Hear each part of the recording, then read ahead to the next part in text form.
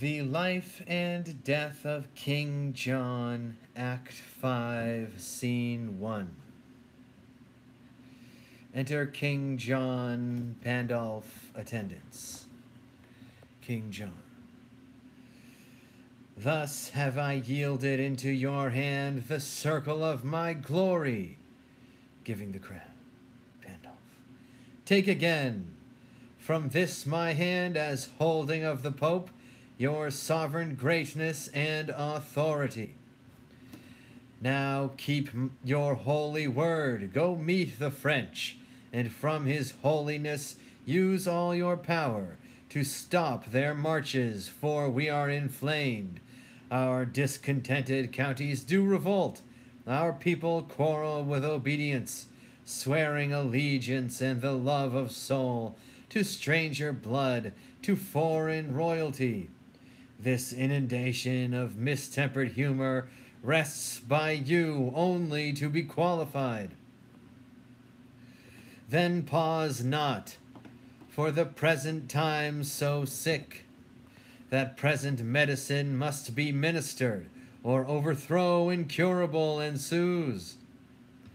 It was my breath that blew up this tempest, upon your stubborn usage of the Pope. But since you are a gentle convertite, my tongue shall hush again this storm of war, and make fair weather in your blustering land.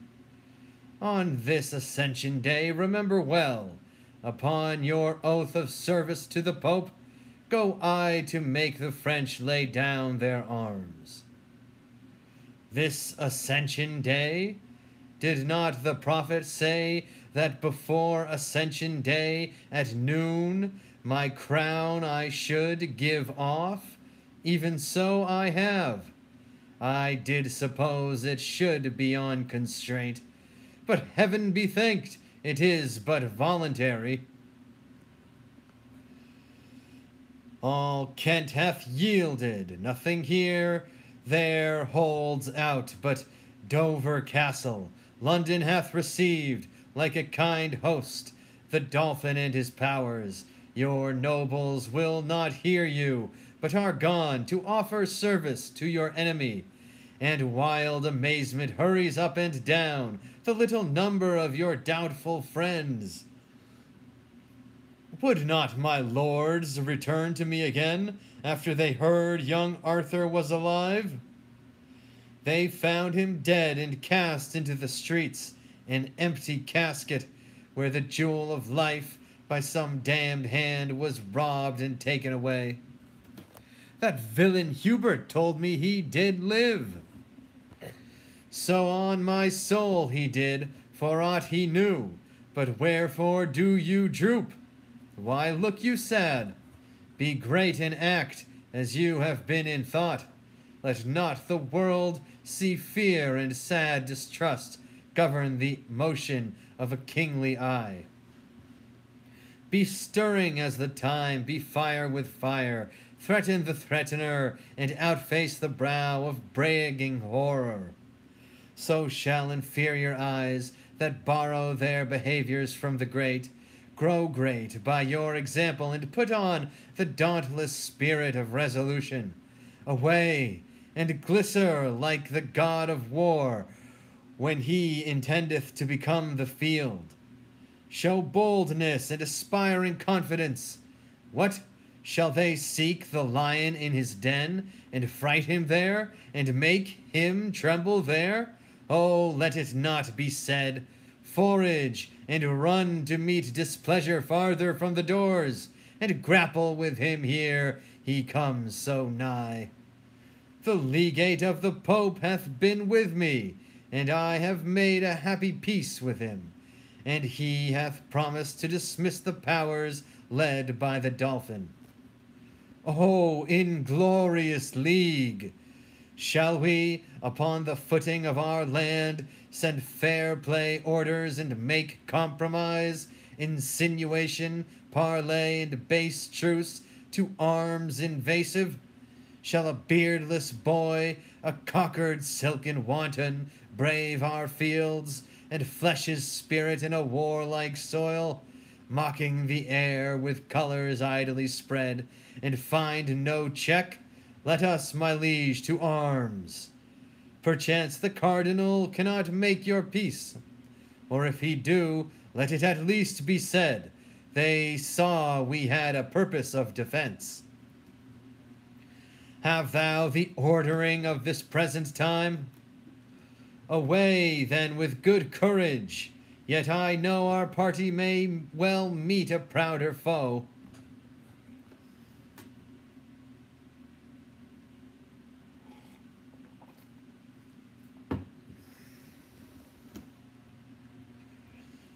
Scene 2. Enter in arms Lewis the Dolphin, Salisbury, Maloon, Pembroke, Bigot, soldiers. Lewis. My lord Maloon, let this be copied out, and keep it safe for our remembrance. Return the president to these lords again, that having our fair order written down, both they and we, perusing over these notes, may know wherefore we took the sacrament, and keep our faiths firm and inviolable. Upon our sides it never shall be broken. And, noble Dolphin, albeit we swear a voluntary zeal and an urged faith to your proceedings, yet believe me, Prince, I am not glad that such a sore time should seek a plaster by contemned revolt, and heal the inverterate canker of one wound by making many. Oh, it grieves my soul that I must draw this metal from my side to be a widow maker. Oh, and there where honorable rescue and defense cries out upon the name of Salisbury. But such is the infection of the time, that for the health and physic of our right, we cannot deal but with the very hand of stern injustice and confused wrong. And is it not pity, oh my grieved friends, that we, the sons and children of this isle, were born to see so sad an hour as this, wherein we step after a stranger, march upon her gentle bosom, and fill up her enemies' ranks? I must withdraw and weep upon the spot of this enforced cause, to grace the gentry of a land remote, and follow unacquainted colors here? What, here? O nation, that thou couldst remove, that Neptune's arms, who clippeth thee about, would bear thee from the knowledge of thyself, and gripple thee unto a pagan shore, where these two Christian armies might combine the blood of malice in a vein of league, and not to spend it so unneighborly. And noble temper dost thou show in this, and great affections wrastling in thy bosom doth make an earthquake of nobility. Oh, what a noble combat hast thou fought between compulsion and a brave respect! Let me wipe off this honorable dew, that silvery doth progress on thy cheeks. My heart hath melted at a lady's tears, being an ordinary inundation. But this effusion of such manly drops, this shower blown up by the tempest of the soul, startles mine eyes, and makes me more amazed than had I seen the vaulty top of heaven, figured quite over with burning meteors. Lift up thy brow, renowned Salisbury, and with a great heart heave away this storm. Commend these waters to those baby eyes that never saw the giant world enraged, nor met with fortune other than at feasts.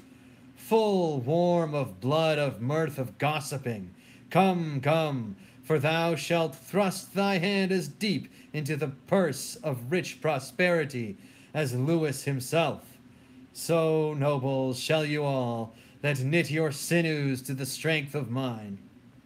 And even there, methinks an angel spake, look where the holy legate comes apace, to give us warrant from the hand of heaven, and on our actions set the name of right with holy breath.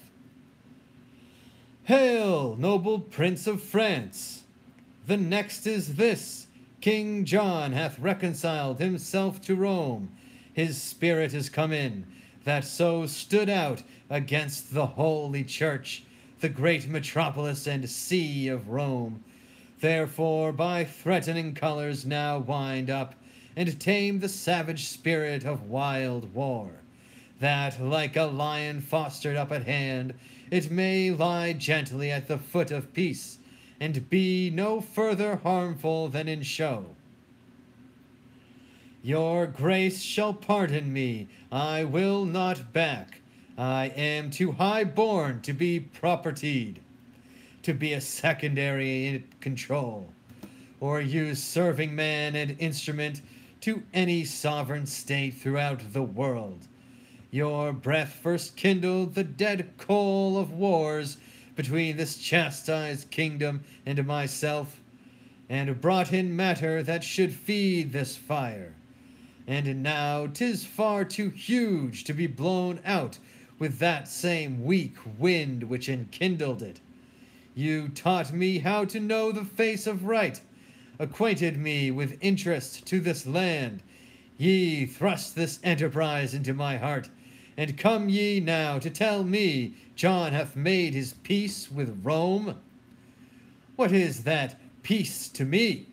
I, by the honor of my marriage bed, after young Arthur claimed this land for mine, and now it is half conquered, must I back because that John hath made his peace with Rome? Am I Rome's slave? What penny hath Rome borne? What men provided? What munitions sent to underprop this action? Is it not I that undergo this charge? Who else but I? And such as to my claim are liable, sweat in this business and maintain this war? Have I not heard these islanders shout out, "Vive le roi," as I have banked their towns? Have I not here the best cards for the game to win this easy match played for a crown? And shall I now give over the yielded set? No, no, on my soul, it never shall be said. You look but on the outside of this work. Outside or inside, I will not return till my attempt so much be glorified as to my ample hope was promised, before I drew this gallant head of war, and culled these fiery spirits from the world, to outlook conquest and to win renown, even in the jaws of danger and of death. What lusty trumpet thus doth summon on us? According to the fair play of the world, let me have audience. I am sent to speak. My holy lord of Milan, from the king I come to learn how you have dealt for him. And as you answer, I do know the scope and warrant limited unto my tongue. The dolphin is too willful opposite, and will not temporize with my entreaties. He flatly says he'll not lay down his arms. By all the blood that ever fury breathed, the youth says well. Now hear our English king, for thus his royalty doth speak in me. He is prepared, and reason too he should. This apish and unmannerly approach, this harnessed mask and unadvised revel, this unhaired sauciness and boyish troops, the king doth smile at, and is well prepared to whip this dwarfish war, this pygmy arms, from out the circle of his territories. That hand which had the strength, even at your door, to cudgel you and make you take the hatch, to dive the buckets and concealed wells, to crouch in litter of your stable planks, to lie like pawns locked up in chests and trunks, to hug with swine, to seek sweet safety out in vaults and prisons, and to thrill and shake, even at the crying of your nation's crow, thinking this voice an armed Englishman. Shall that victorious hand be feebled here, that in your chambers gave you chastisement? No, no, the gallant monarch is in arms, and like an eagle over his airy towers, to souse anyone's annoyance that comes near his nest. And you, degenerate, you ingrate revolts, you bloody Neros, ripping up the womb of your dear mother England, blush for shame.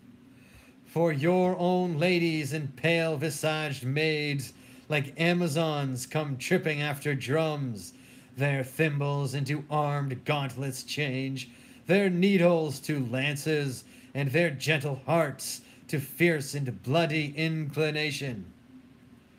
There end thy brave, and turn thy face in peace. We grant thou canst outscold us. Fare thee well. We hold our time too precious to be spent with such a brabbler. Give me leave to speak. No, I will speak. We will attend to neither. Strike up the drums, and let the tongue of war plead for our interest and our being here. Indeed, your drums, being beaten, will cry out, and so shall you, being beaten, do but start an echo with the clamor of thy drum. And even at hand a drum is ready braced, that shall reverberate all as loud as thine. Sound but another, and another shall, as loud as thine, rattle the welkin's ear, and mock the deep-mouthed thunder. For at hand, not trusting to this halting legate here, whom he hath used rather for sport than need, is warlike John, and in his forehead sits a bare-ribbed Death, whose office is this day to feast upon whole thousands of French. Strike up our drums to find this danger out, and thou shalt find it, Dolphin, do not doubt.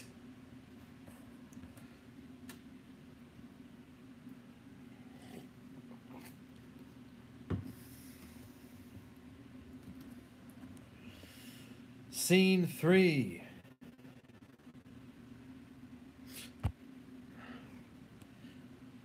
Alarums. Enter King John and Hubert.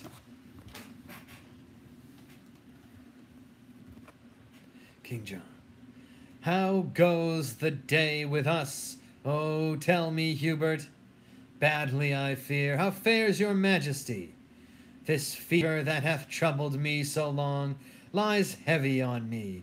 Oh, my heart is sick. My lord, your valiant kinsman Falconbridge desires your majesty to leave the field, and send him word by me which way you go. Tell him toward Swinstead, to the abbey there. Be of good comfort, for the great supply that was expected by the Dolphin here are wracked 3 nights ago on Goodwin Sands. This news was brought to Richard, but even now the French fight coldly and retire themselves. Ay me, this tyrant fever burns me up, and will not let me welcome this good news. Set on towards Swinstead, to my litter straight. Weakness possesseth me, and I am faint.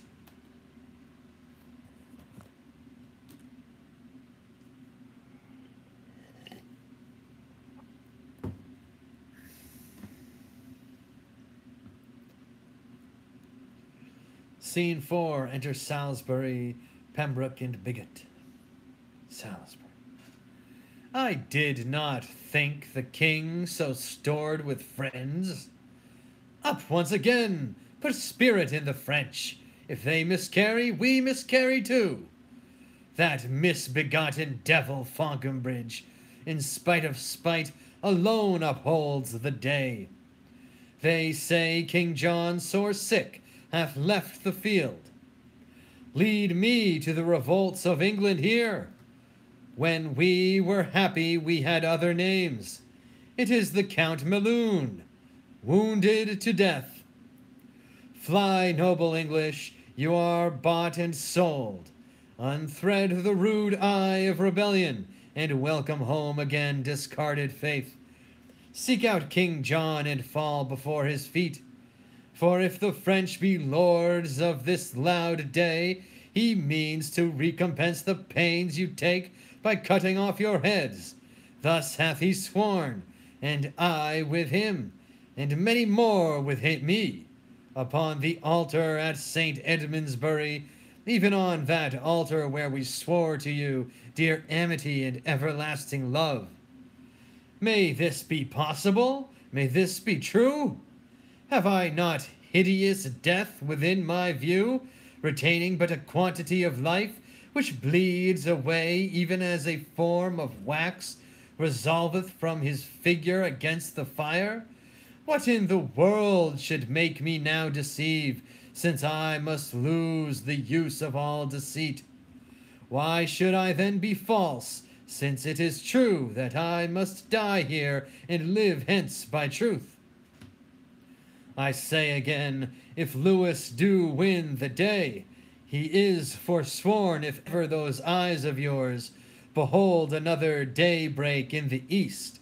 But even this night, whose black contagious breath already smokes about the burning crest of the old, feeble, and day-wearied sun, even this ill night your breathing shall expire, paying the fine of rated treachery, even with a treacherous fine of all your lives, if Lewis by your assistance win the day.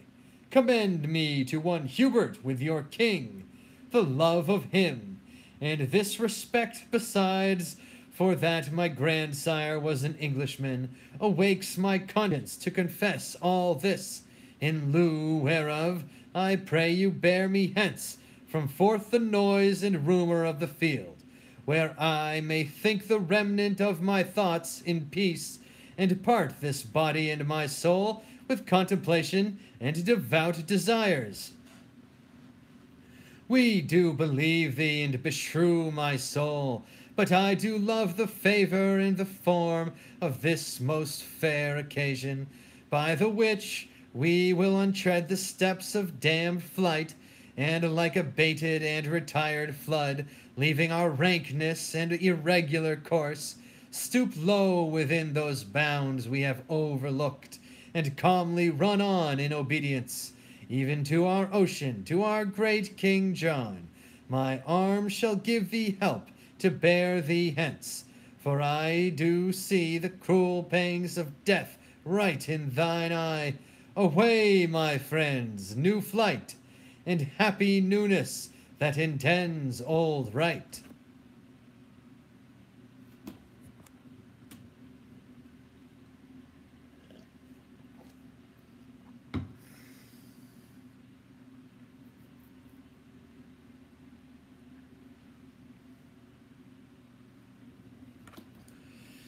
Scene 5. Enter Lewis the Dolphin and his train. Lewis. The son of heaven, methought, was loath to set, but stayed and made the western welkin blush. When English measure backward their own ground and faint retire, oh, bravely came we off, when with a volley of our needless shot, after such bloody toil we bid good night, and wound our tottering colors clearly up, last in the field and almost lords of it. Where is my prince the Dolphin? Hear what news! The Count Melun is slain, the English lords by his persuasion are again fallen off, and your supply which you have wished so long are cast away and sunk on Goodwin's sands. Ah, foul shrewd news! Beshrew thy very heart! I did not think to be so sad tonight as this hath made me. Who was he that said King John did fly an hour or two before the stumbling night did part our weary powers?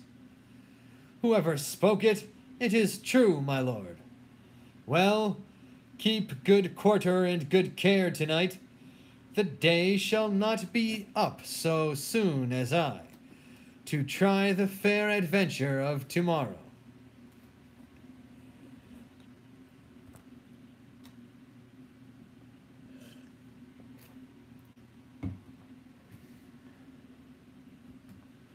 Scene 6.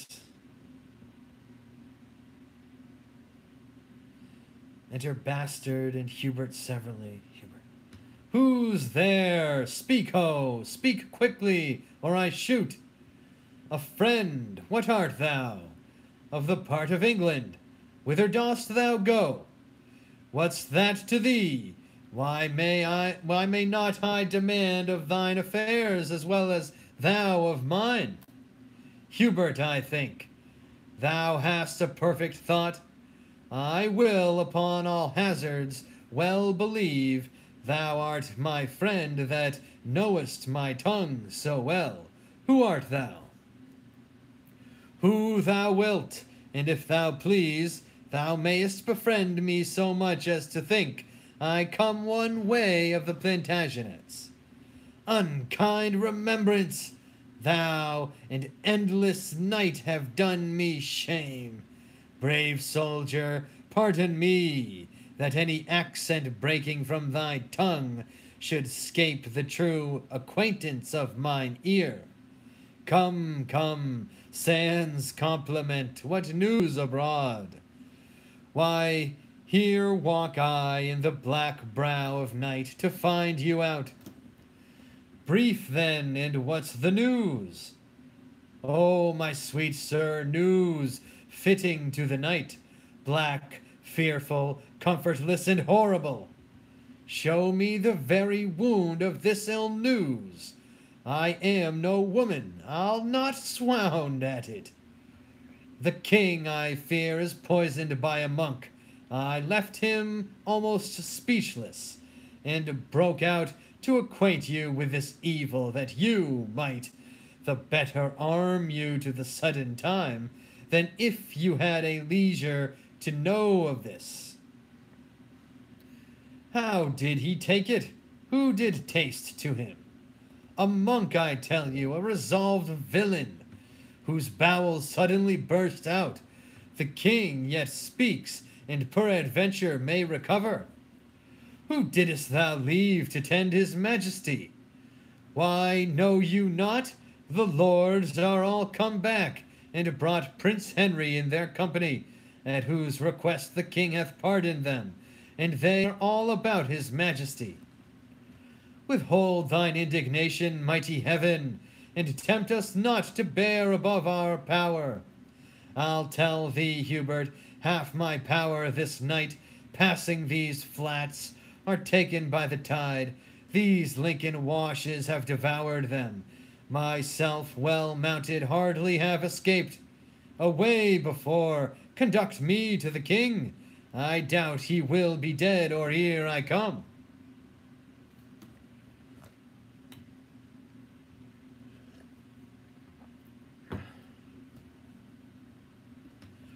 Scene 7. Enter Prince Henry, Salisbury, and Bigot. Prince Henry.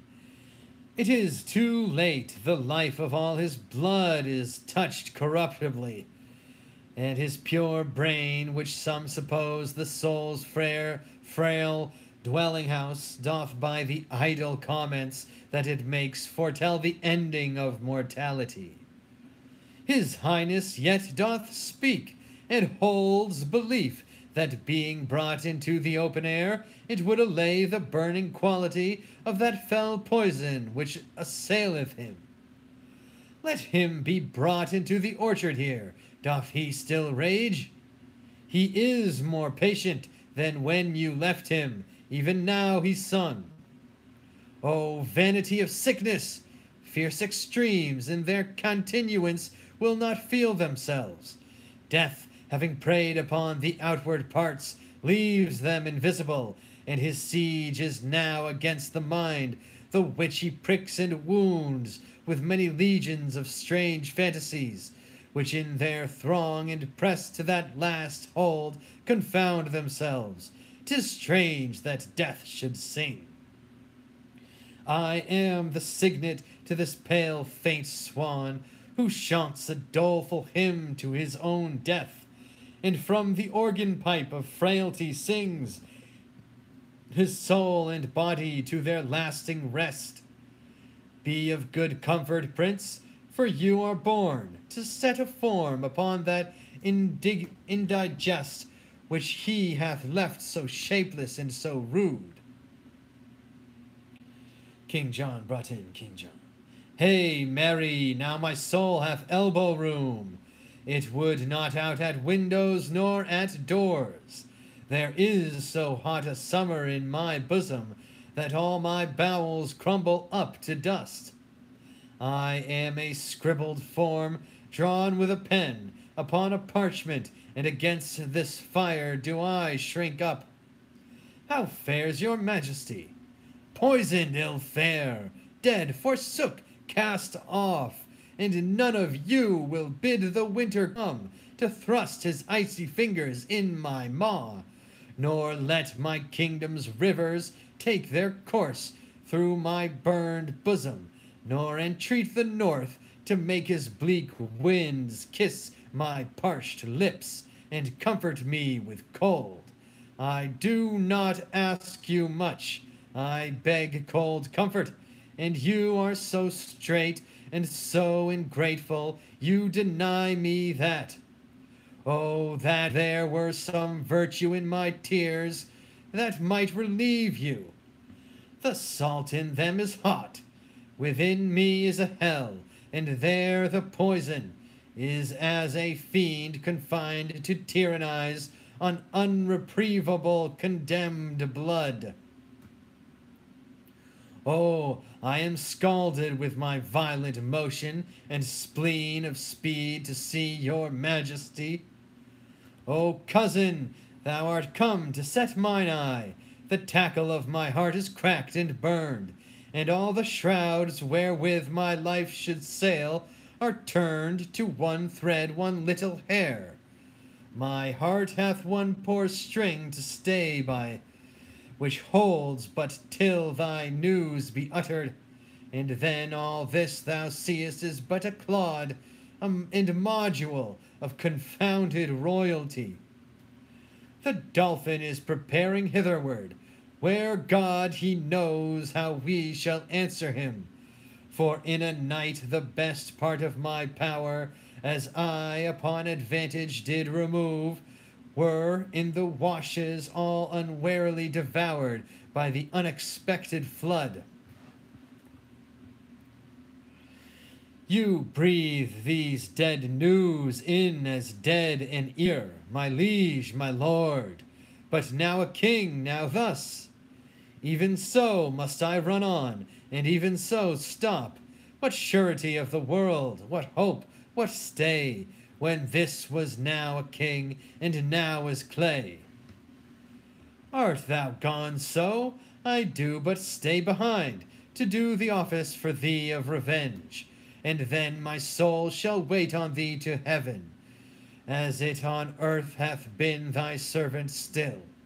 Now, you stars, that move in your right spheres, where be your powers? Show now your mended faiths, and instantly return me with again, to push destruction and perpetual shame out of the weak door of our fainting land. Straight let us seek, or straight we shall be sought. The dolphin rages at our very heels. It seems you know not then so much as we. The Cardinal Pandolph is within at rest, who half an hour since came from the Dolphin, and brings from him such offers of our peace as we with honor and respect may take, with purpose presently to leave this war. He will the rather do it when he sees ourselves well sinewed to our defense. Nay, 'tis in a manner done already, for many carriages he hath dispatched to the seaside, and put his cause and quarrel to the disposing of the cardinal, with whom yourself, myself, and other lords, if you think meet, this afternoon will post to consummate this business happily. Let it be so, and you, my noble prince, with other princes that may best be sparred, shall wait upon your father's funeral. At Worcester must his body be interred, for so he willed it. Thither shall it then, and happily may your sweet self put on the lineal state and glory of the land, to whom with all submission on my knee I do bequeath my faithful services and true subjection everlastingly. And the like tender of our love we make, to rest without a spot for evermore. I have a kind soul that would give thanks, and knows not how to do it but with tears. Oh, let us pay the time but needful woe, since it hath been beforehand with our griefs. This England never did, nor never shall, lie at the proud foot of a conqueror, but when it first did help to wound itself. Now these her princes are come home again, come the three corners of the world in arms, and we shall shock them, naught shall make us rue, if England to itself do rest but true. End of the Life and Death of King John by William Shakespeare. Amen. Praise be to God. Jesus Christ. Jah Rastafari. Bless.